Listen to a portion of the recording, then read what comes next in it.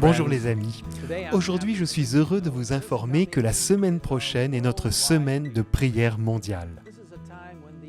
C'est le moment où l'Église mondiale se rassemble dans la prière et est bénie par une série de lectures et de messages spéciaux qui se trouvent dans le numéro de novembre de la revue Adventist World.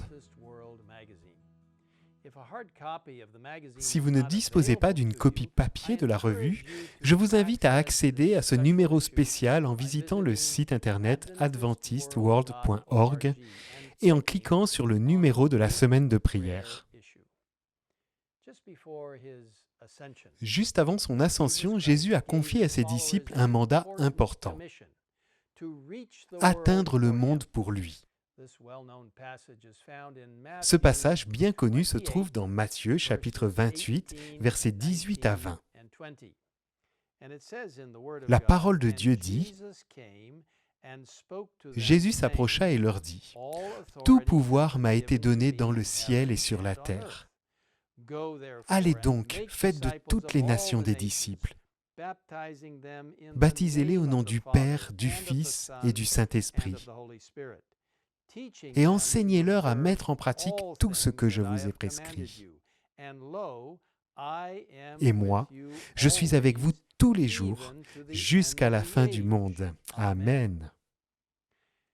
Et bien sûr, ce commandement, « Allez », fait partie de notre merveilleux nouveau plan stratégique pour l'Église mondiale, appelé « I will go », « J'irai ». C'est précisément une invitation personnelle à aller partout où le Seigneur vous emmène, dans le but d'atteindre les autres pour lui. Cette semaine de prière a pour thème « Atteindre le monde », fidélité dans le mode de vie chrétien. Vous pourriez vous demander, qu'est-ce que ce mode de vie chrétien a à voir avec le fait d'atteindre le monde pour le Christ ? La réponse est bien des choses, car c'est par notre façon de vivre que nous révélons qui nous sommes en tant que chrétiens. Telles sont nos valeurs et nos priorités. Comment utilisons-nous notre temps et nos ressources ? Quelle sorte de vie vivons-nous ? Ellen White a écrit que beaucoup dans notre monde semblent penser qu'être chrétien signifie s'enfoncer très bas, à un niveau très bas.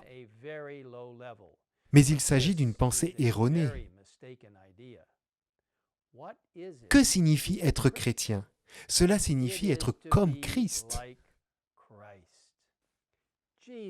Jésus est notre exemple, et c'est seulement par sa grâce et sa puissance que nous pouvons être fidèles à son appel, alors que nous nous appuyons entièrement sur lui et sur sa parole.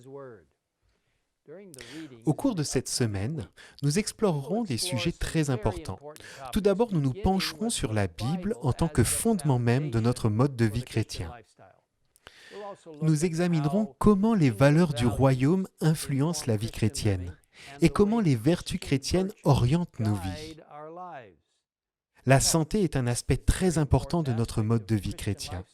Alors que nous considérons Christ comme notre modèle, nous serons vraiment encouragés et inspirés.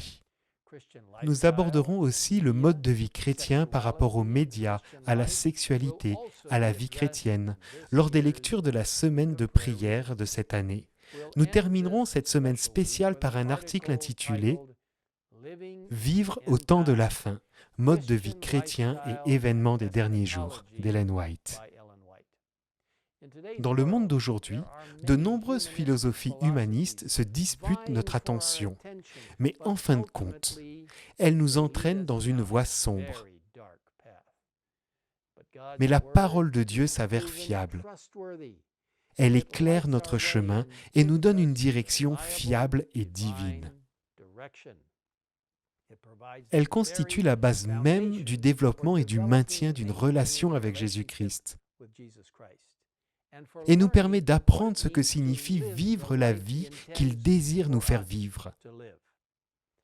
C'est la vérité vivante du Christ, une vérité intemporelle qui transcende toutes les cultures terrestres et nous montre celle du ciel. J'espère que vous vous joindrez à moi pour explorer la relation entre le mode de vie chrétien, tels que révélés dans la parole de Dieu, est le fait d'atteindre le monde pour le Christ.